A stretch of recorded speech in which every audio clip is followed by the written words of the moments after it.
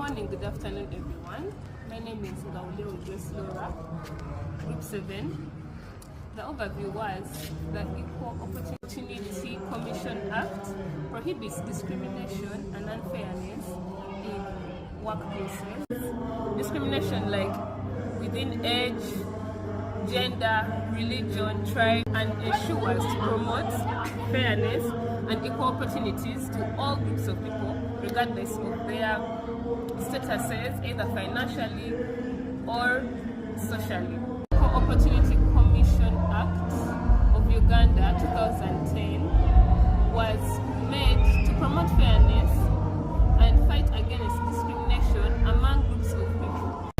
In regards of socializing with employers, employees, different tribe, different race. This act is found in the Article 32 of the Ugandan Constitution, and this act is made to protect and ensure that all workers in different levels of statuses, either financially, socially, can be able to be in a conducive working environment with each other so as to yield a more comfortable and more equal access to opportunities. Hello everyone. I'm going to discuss for you guys the objectives of Equal Opportunity Commission. This body or this act, the Equal Opportunity Commission, was established by the Parliament of Uganda under the Equal Employment Opportunity Act 2010. Its overall goal is to eliminate discrimination and promote access to opportunities in education, politics, and in delivery services. So we are going to dive deep into the objectives, and not to take from far or not to take you guys first. The objectives are just derived from the goal. As we all know, a goal is something bigger, and then the objectives is broken. It is the goal broken down to make sure that the utmost goal is achieved at the end of the time. So their very first objective is to eliminate discrimination in all forms, in that their aim is to ensure that all Ugandans, regardless of your gender, your tribe, your religion, or your disability, you all have equal access to employment, equal access to opportunities that comes along. This has been a case scenario in some rural parts of Uganda whereby women are not allowed to lead in leadership positions because they're merely women, and that is due to gender bias. So this body or this act is trying to eliminate this totally, so that everybody have an equal chance or a fair chance. And then the other objective is also to promote access to equal opportunities, be it you're from which tribe, from which gender, you have equal opportunity as long as you are eligible or you're capable. This has so far been well in Uganda. When you closely look into our parliament today, we see that there's gender equality there. People have fair chances. Women and men are both given chances to participate in parliament. And this should not only end there. And this act doesn't sleep. They don't just leave it there. They make sure that they follow up. They do audits to ensure every company or any ministry in Uganda, they follow the act, or they are guided by the Equal Opportunity Commission. So that's it from me. Thank you. Picture a young girl in the rural villages of Karamoja. She loves learning and her dream is to become a nurse. But her local school has no laboratories, no libraries, and classes are held under a tree. Even when she excels in her exams, her dream is impossible because of where she was born. Or imagine a qualified lady in a government office who is passed over promotion not because she's not capable, but because this position is for a man. This is exactly what Equal Opportunities Commission is working to eliminate. The first function of the EOSC is affirmative action. This means creating programs that uplift disadvantaged groups like women, youth, persons with disabilities, and marginalized regions. For example, through the National Development Plan 3, the Commission was able to support projects in Karamoja, West Nile, helping communities access schools, health centers, and jobs. It's about giving every Ugandan a fair chance, no matter where they were born and no matter what challenges they face. The second function of the EOSC is to investigate discrimination. When someone is treated unfairly because of their gender, background, or disability, EOSC steps in. For example, a lady in Lira was transferred simply because she was in a wheelchair. The head teacher said she was becoming a burden. The commission, however, investigated the matter and ensured that her rights were protected and she was reinstated. That's fairness in action and justice that transforms real lives. Good morning, everyone. My name is Kawanguzi Abdurrahman, and I'm here to take you through the functions of Equal Opportunity Commission Act. And mainly I'll focus on one point due to the limited time that I have, and that is to give effect to the state's constitutional mandate to eliminate discrimination and inequality against an individual or group of persons on the ground of sex, age, race, color, ethnic origin, tribe, birth, creed, or religion, and many others, health status, tribe, birth, tribes, and many others, meaning that this act allows Ugandans to equally participate or to equally acquire or to equally get services from our government or from any local ministries besides their religion, their tribe, their sex, and their ethnic origins, races, meaning that all Ugandans are equal. This act shows that all Ugandans are equal and they deserve the best from their country without looking at who is who and who is from where, who is worshiping which religion, or who is from which tribe. All Ugandans are equal, and this act protects them to acquire equal rights and acquire equal services in equal measurements. Without any wastage of time, allow me to end my point on that. Thank you. Everyone, I'm Naloza Maria Goretti, taking you through the Equity Opportunity Commission Act of 2010 of Uganda, which talks about the equality of all different forms of people, the race and what. So under the act measure works in Uganda. It's basically in Uganda. So even if an employer or a worker is in Uganda, the act works for them. But even if you're Ugandan, you're in outside countries, it doesn't work for you. And the forms of discrimination under the act, they are as follows. There is the gender discrimination, where a certain gender is discriminated in their places of work. For example, women in their places of work, they are usually discriminated in terms of workload, like they work a lot, and when it comes to payment, they are actually paid less amount of money compared to the male sector.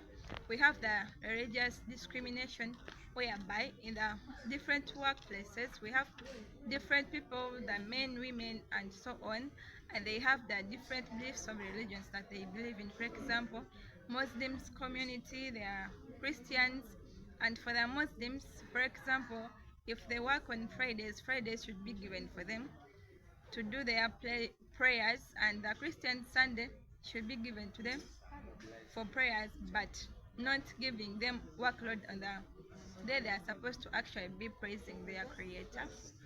Another form of discrimination is the age, whereby it's the age in terms of like the actual age of the person, if they are youth or if they are elderly. For example, in different workplaces, the elderly people are usually discriminated from different kinds of work, despite the fact that they have the conditions And the young people, if for example a graduate is graduating and they want to look for a job, there are some workplaces where they are given the terms and conditions that are actually not good for them, for a person who has graduated, despite the fact that they have the qualifications and they are eligible for the work. But most workplaces, they don't employ them because of their age. And for the elderly people, they term them to be maybe forgetful, which is not the case, and that is the factor for a person who's growing up. It shouldn't be the thing that should be considered most. Another form of discrimination and the act forbids, it's the political opinion, whereby if a person comes to your work, despite the fact that you have different political opinions, for example, whether in NUP or NRM, you should employ both sectors, despite the fact that the person either supports the person supports another. Okay. And then another form of gender discrimination, it is the tribalism or the ethnical discrimination, whereby different different different tribes are discriminated in the places of work, even though they have the qualifications, they are qualified, they have the skills. For example, the Baganda, the Batoro, the Banyoro, the Banyako, the Itosot, so that the act forbids it. Thank you for listening to me. Good afternoon, everyone. My name is Choncha Annette, and I'm taking you through the forms of discrimination, starting from where my colleague Maud Patricia has stopped. I'm beginning from the point of religious discrimination. This act is against those people who don't give rights for people to go to their churches and pray. For example, if someone is a Muslim, the act is like those people should be given their rights to go and pray on Friday. If it is that one of Saturday, of Sunday, any kind of religion, that those people should be given their opportunity to go and worship from their worship places. As we know, some people can't employ people who are not of their religion. Like they can't allow an Advent to go and pray on Saturday, that it is also a working day.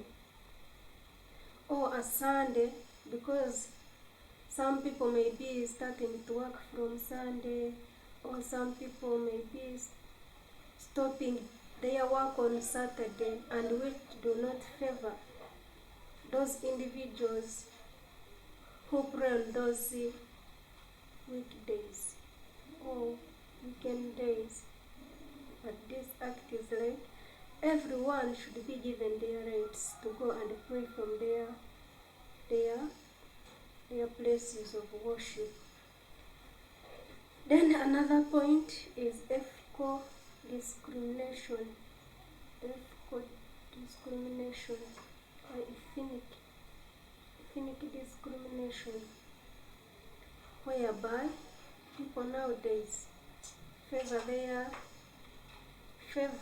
their own language at the job market, whereby the Muganda wants to favor a Muganda, a Munyankole wants to favor a Munyankole, regardless of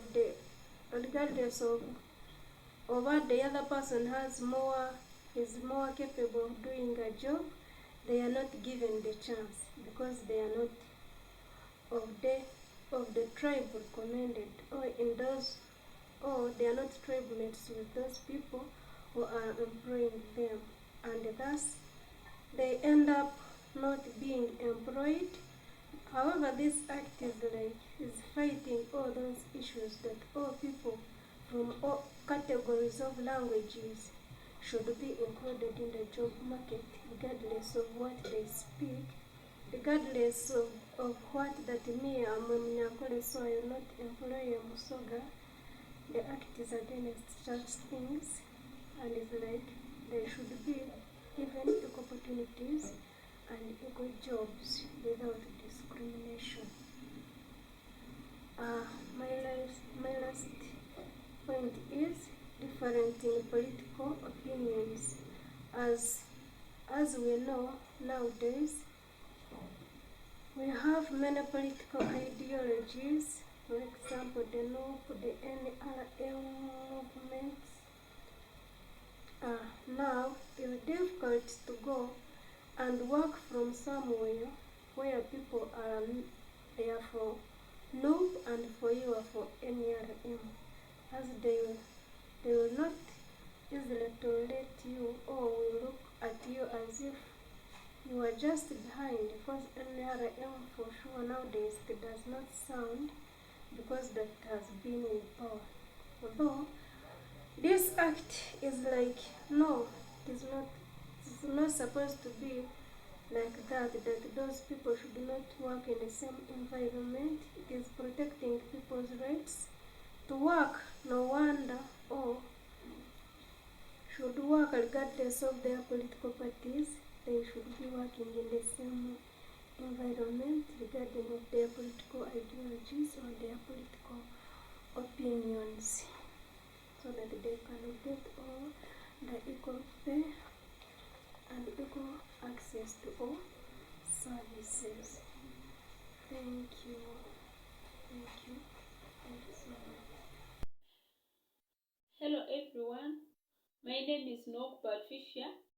I'm going to take you through forms of discrimination under our Act, which is Equal Opportunity Commission Act. The Equal Opportunity Commission Act defines different forms of discrimination that are illegal in Uganda, and these forms of discrimination affect Ugandans daily, especially in their workplaces. The first one is gender discrimination. Gender discrimination is where a person is treated unfairly in a workplace because of their gender, either male or female.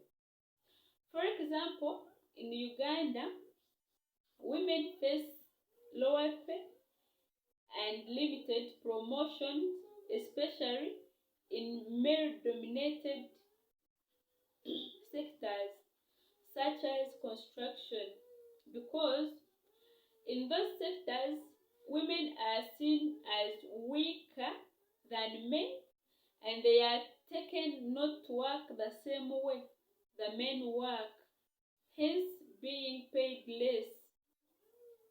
The second one is age discrimination. Some employers in Uganda fail to employ young graduates because they lack experience, and they end up retaining the older people who already have experience. For example, in some organizations, the people who got employed long time ago are not willing to leave the seats for these young graduates, which makes some group of people remain unemployed and causes low production and participation in economics. The third one is disability discrimination. Some employers may not employ people with disabilities because they are considered incapable of doing the job, and more so in some areas you may find people with disabilities may not access the workplace. For example, may not access the workplace, and therefore opportunity commission is encouraging the employers to at least consider people with disabilities, especially by building toilets where the people in wheelchairs can access. Thank you so much. So I'm going to talk about how this act fosters inclusion and fairness in workplaces. So this act promotes equal employment opportunities for everyone in the workplace. This is so because the act advertises or campaigns for employment by merit. So anyone who qualifies, people are employed because of their qualifications to a certain kind of job.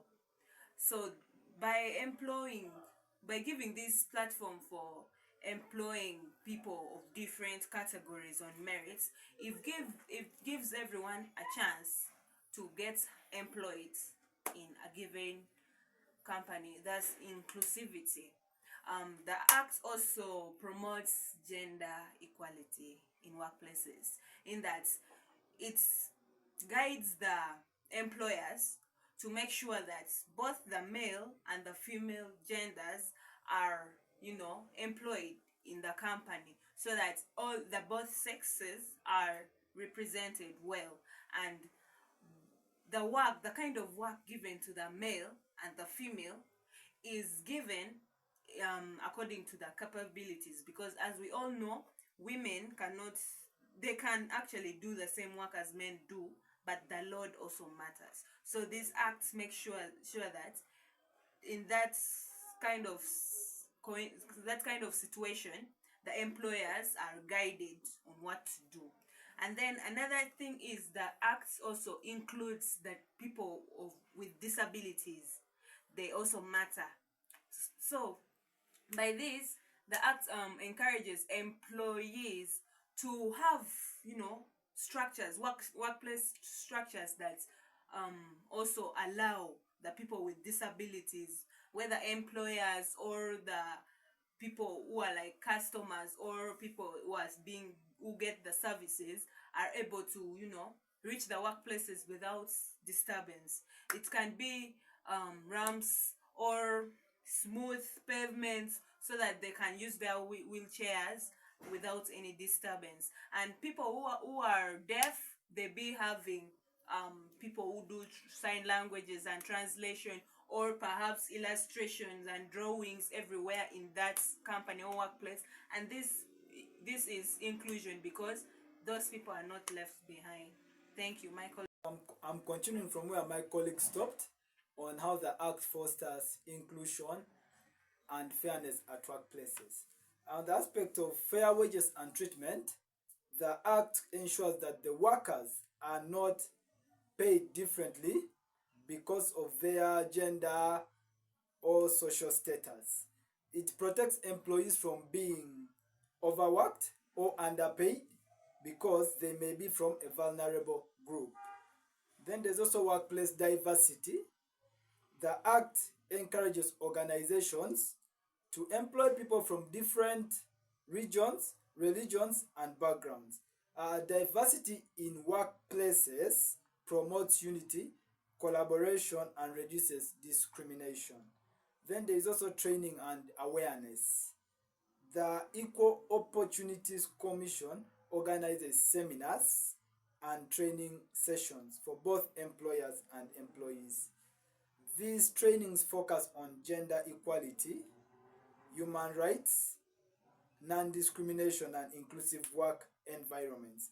Then there's also monitoring and compliance.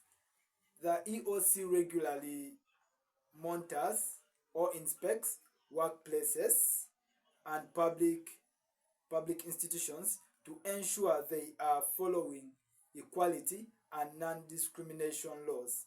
They monitor how institutions recruit staff, treat employees, and address complaints. Thank you. Good afternoon, everyone. My name is Taka Esther from Group 7, and I'm taking you through how adult education supports equality and justice. I'm taking you through the first 4, and my colleague is going to take you through the last 3 impacts. Yeah, kicking off with raising awareness of human rights. Adult education helps people to know their rights. For example, fair treatment and the right to their property. The live example I would give is there where I did my internship in Namaingo district. The widows were forced to marry their late husband's brothers, and also the properties were taken away from them just because they claim women are not supposed to own property. But this is not right. But through the women who attend the check classes, they're trying to fight this because they have taught them their right, you know. So they say, I can marry my late husband's brother. That is something so positive, and I'm proud of that. The second one is empowering the marginalized groups. Yeah, programs like a FAL, Functional Adult Literacy Program, and the ICOLL program that came from Ministry of Gender, partnering with DVV, yes, has taught people, women, men, people living with disability, the youth, different skills like carpentry for both men and women, saloon for both men and women, saving, barber like trimming, mentioned but a few, but there are very many skills that I've taught them, hence changing a living and bettering their life. Yeah, for the women, I'll just an example of the women's circle. You see that everywhere there are women's circles, and these women take 500, 1,000. When they have a problem, they run to their women's circles and they are given quick money. A kid is just from school, the woman runs to a savings circle. That is something very good. We should promote that. The third one is promoting social inclusion. This brings people from different tribes, sectors, areas, all to come together. Yeah, I'll still give an example where I did my internship. Yeah, in Namaingo, I saw names during the check classes like among you find people from Karamoja, we are all staying in Namaingo. Yeah, and during the check classes they come, they are not just, they are not segregated, they are united. This and unity brings a great development. We all know that. So through unity there is development. So we would say that unity is one of the best things that adult education promotes and encourages people to do. Yeah, so the last one I would say encouraging civic participation. When adults learn, they become more active in community issues. We all know that. The women will attend meetings that they used not to do. You know that they will take in positions like women counselor, they will do this. The example I'll give is Honorable Anita Among, Honorable Nyamtoro. Yeah, I would say thank you so much, and I will still say I'm Takayesta from Group 7, who highly supports that adult education has done a great job to support equality and justice. Thank you so much. Bye. Hi, I'm Chisache Lillian, and I will take you through how adult and community education can support fairness and equity at work. Here we can, me as an adult educator, you as an adult educator, what can you do to promote, maybe to support fairness and equity at workplaces? First of all, you can create awareness to workers. Some workers are ignorant about their rights at work. However, if you come out and help them know their rights, they can fight for them. Then second, you can help them know what they can do to fight, maybe to reduce that mindset about the men leading, men having bigger positions at work. Then how can you do that? Then you can enforce gender equality at work, thus promoting gender equality, maybe allowing them, giving them a chance to also take over big positions at workplaces. This can give them a chance to come out as maybe women. It is according to that context. On that workplace? In that workplace, do they allow women to also lead? If not, you can help them explore. Okay, know that they can also lead.